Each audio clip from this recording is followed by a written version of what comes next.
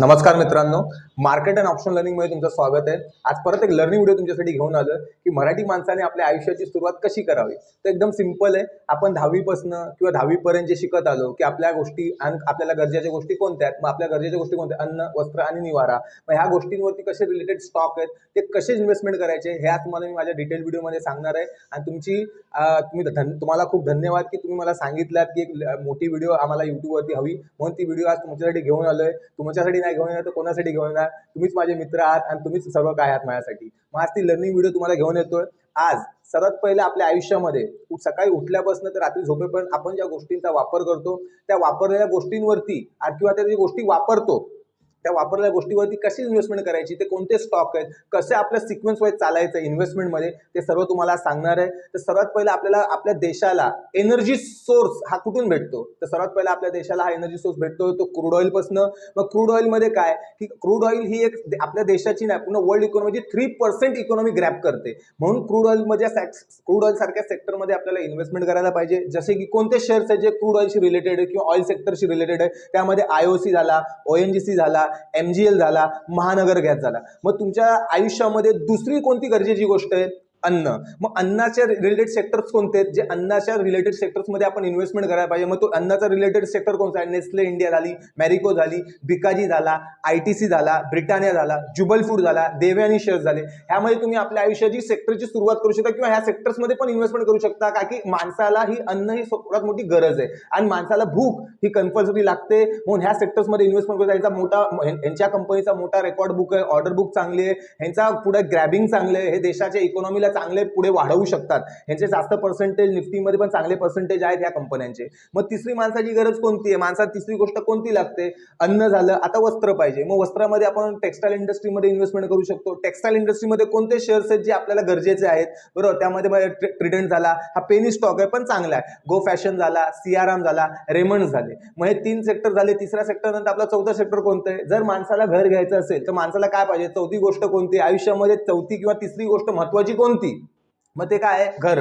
अन्न झालं, वस्त्र झाला, आता निवारा पाहिजे। मग निवारासाठी माणसाने काय करायला पाहिजे? मग निवाराशी रिलेटेड किंवा तुमच्या रियालिटीशी रिलेटेड किंवा रिअल इस्टेटशी रिलेटेड कोणते शेअर्स आहे? मग ते शेअर्स कोणते ज्यामुळे तुम्ही इन्व्हेस्टमेंट करू शकता? ते कोणते? गोदरेज प्रॉपर्टी झाला, लोधा झाला, ओबेरा झाला, ओबेरा रिअल्टी झाली, शोभा इंडस्ट्री झाली। ह्या सर्व जे सेक्टर्स आहे हे रिअल्टीशी रिलेटेड आहे। जर तुम्ही आत्तापासून 2024 पासून ते 2030 पर्यंत जर व्ह्यू बघितला आणि जर ह्या सेक्टर्समध्ये इन्व्हेस्टमेंट केली तर येणाऱ्या काळामध्ये तुमचं स्वतःच तुम्ही घर घेऊ शकता, एवढी त्यांच्यामध्ये ताकद आहे। का? आता रिअल्टी सेक्टर सर्वात वाढतात, तुम्ही बघताय सर्वीकडे डेव्हलपमेंट चालले, सरकार पण आपली विकासावरती फोकस करते। India is a developing country. आता देशामध्ये विकास जर करायचा आहे तर रिअल्टीवरती फोकस केला जातो। मग मोठे मोठे मेट्रो झाली, बुलेट ट्रेन येणार, आपला डेव्हलपमेंट होणार, प्लस आपल्या जे सबर्बन एरियाज आहेत त्या एरियाजला मधला डेव्हलपमेंट येणार, मग SRS प्लान येणार। मग ह्या सगळ्या गोष्टींमधून ह्या सेक्टर्सला पुढे येणाऱ्या काळामध्ये खूप बूमिंग आहे आणि ह्या सेक्टरमध्ये तुम्ही जर इन्व्हेस्टमेंट केलं तर 2030 पर्यंत तुम्ही जर इन्व्हेस्टमेंट चांगली पद्धतशीर केली, स्टॉक SIPच्या रूपामध्ये जर केली ना, तर तुम्हाला स्वतः 2030 पर्यंत तुम्ही घर घेऊ शकता,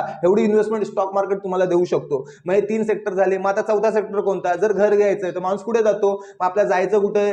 पैसे पाहिजे। घर घेण्यासाठी काय पाहिजे? पैसे। मग पैशाला काय बोलतात? फायनान्स। मग फायनान्शियल सेक्टर कोणता? मग घर घ्यायचंय तर लोन पाहिजे, मग लोन घ्यायचंय। मग लोन कुणाकडे घेऊ शकता? आपल्याकडे 3 प्रकारे लोन घेण्याचे। एक तर तुम्ही प्रायव्हेट बँकाकडे जाऊ शकता, पब्लिक बँकेकडे जाऊ शकता किंवा एक NBFC कडे जाऊ शकता। मग प्रायव्हेट बँकामध्ये कोणते सेक्टर्स आहेत जे प्रायव्हेट बँकाला आज बूमिंग करतात किंवा निफ्टीला पकडून ठेवतात किंवा एवढा वेटेज देतात की निफ्टी 50 आज एवढी फॉर्म मध्ये चालते, आज एवढी रॅली करते? कुणामुळे करते? मग सर्वात जास्त FFI ची होल्डिंग कुठे आहे? FFI ने सर्वात जास्त इन्व्हेस्टमेंट कुठे केले?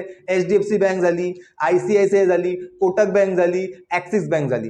गव्हर्नमेंट सेक्टरमध्ये कोणती? गव्हर्नमेंट बँकाच कोणत्या किंवा गव्हर्नमेंट सेक्टर कशावरती काम करते? SBI झाली, युनियन बँक ऑफ इंडिया झाली, प्लस तुमची PNB झाली। मग तिसरा, जर ह्या दोघांनी पण तुम्हाला लोन नाही दिला तर तुम्हाला मदत कोण करतं घर घेऊन देण्यासाठी? NBFC मध्ये कोण आहेत? श्रीराम फायनान्स झाला, त्यानंतर तुमचा दुसरा बजाज फायनान्स झाला, बजाज फिन्सर्व झाला। हे 3 जे सेक्टर्स आहेत हे NBFC मध्ये खूप चांगल्याने काम करतात। यांच्या शेअर्स आता स्पीड पण झाले, स्पीड झाल्यानंतर यांचा भाव आता सध्या चांगला आहे, यांची व्हॅल्युएशन चांगली आहे, यांचा फ्युचर खूप चांगला आहे। बरोबर. ह्याच्यानंतर मग तुमचा जिओ फायनान्स झाला, हे पण एक NBFC मध्ये आत्ता आलेलं आहे. मग त्याच्यामुळे पण तुम्ही इन्व्हेस्टमेंट करू शकता. येणाऱ्या 5 ते 6 वर्षात किंवा येणाऱ्या 10 वर्षामध्ये तुम्ही याच्यामध्ये चांगली ग्रॅप करू शकता किंवा तुमचा चांगला बूस्ट करू शकता, पोर्टफोलिओ चांगला बनवू शकता, तुमचा वेल्थ चांगला बनवू शकता. मग ह्या सेक्टर्स नंतर तुम्हाला सर्वात जास्त गरज कशाची? आता 5वा सेक्टर हा आपल्याला कशाची गरज आहे? कम्युनिकेशन. मग कम्युनिकेशन मध्ये कशामध्ये इन्व्हेस्टमेंट करायला पाहिजे आपण? मग कम्युनिकेशन सेक्टर जे झाले त्यामध्ये तेजस नेटवर्क आहे, TCS आहे, भारती एअरटेल आहे, इंडस टावर आहे.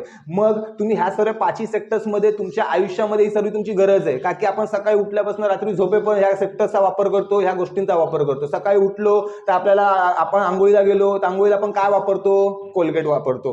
तिथे मग दाल घासायला काय वापरतो? कोलगेट. आंघोळीला काय वापरतो? साबण वापरतो. इकडनं बाहेर आल्यावर काय वापरतो? तेल वापरतो. तिकडनं आल्यावर काय घालतो? कपडे घालतो. कपडे घालताना काय घालतो? बुटं घालतो. मग बुटांच्या सेक्टर्स मध्ये पण इन्व्हेस्टमेंट करू शकता, चप्पल सेक्टर्स मध्ये इन्व्हेस्ट करू शकता. आता बाटा झाला. त्यानंतर मग तुमच्या आयुष्यामध्ये काय गरज आहे? नाश्ता करायचा. मग नाश्त्यामध्ये काय लागतं? मग त्या सर्व गोष्टी करायचं. आज यंग जनरेशन, मोठी जनरेशन कशावरती जास्त फोकस करते? मग सिगरेट. मग सिगरेटची कोणती सर्वात जास्त कंपनी आहे? तर ITC ही कंपनी आहे जी सिगरेटचा सर्वात जास्त स्टेक होल्ड करून ठेवते. मग ह्यामध्ये पण तुम्ही इन्व्हेस्टमेंट करू शकता. तुमची इन्व्हेस्टमेंट ही प्रॉपर पाहिजे, प्रॉपर दिशेने पाहिजे, तरच तुम्ही पुढे जाऊ शकता. तुम्ही रिअलिटीमध्ये जर रिअल इस्टेटमध्ये जर तुम्हाला इन्व्हेस्टमेंट करायचं तर रिअल इस्टेटमध्ये इन्व्हेस्टमेंट करा, नो प्रॉब्लेम. रिअल इस्टेटचे तुम्हाला स्टॉक सांगितले ते सर्व स्टॉक तुम्ही घ्या, त्याला बघा, त्यांचा फंडामेंटल चेक करा. तुमच्या जे फायनान्शियल ऍडवायझर्स आहेत त्यांच्याकडनं पण तुम्ही निर्णय घ्या, तुम्ही त्यांच्याकडनं सल्ला घ्या. मी बोललो म्हणून इन्व्हेस्टमेंट करू नका, मी काय टिप्स देत नाही, मी तर फक्त लर्निंग देतोय. आणि जर तुम्हाला माझा व्हिडिओ आवडला असेल, बरोबर, व्हिडिओमध्ये काय लर्निंग आवडली असेल तर मला लाईक करा. जर लर्निंग आवडली असेल तर शेअर करा. आणि जर तुम्हाला असेच व्हिडिओ किंवा अशी लर्निंग खूप चांगली पाहिजे किंवा पुढे व्हिडिओ पाहिजे असेल तर मला मोटिवेशन द्या. मला मोटिवेशन देण्यासाठी तुम्ही माझ्या चॅनलला सबस्क्राईब करा. जय हिंद, जय महाराष्ट्र.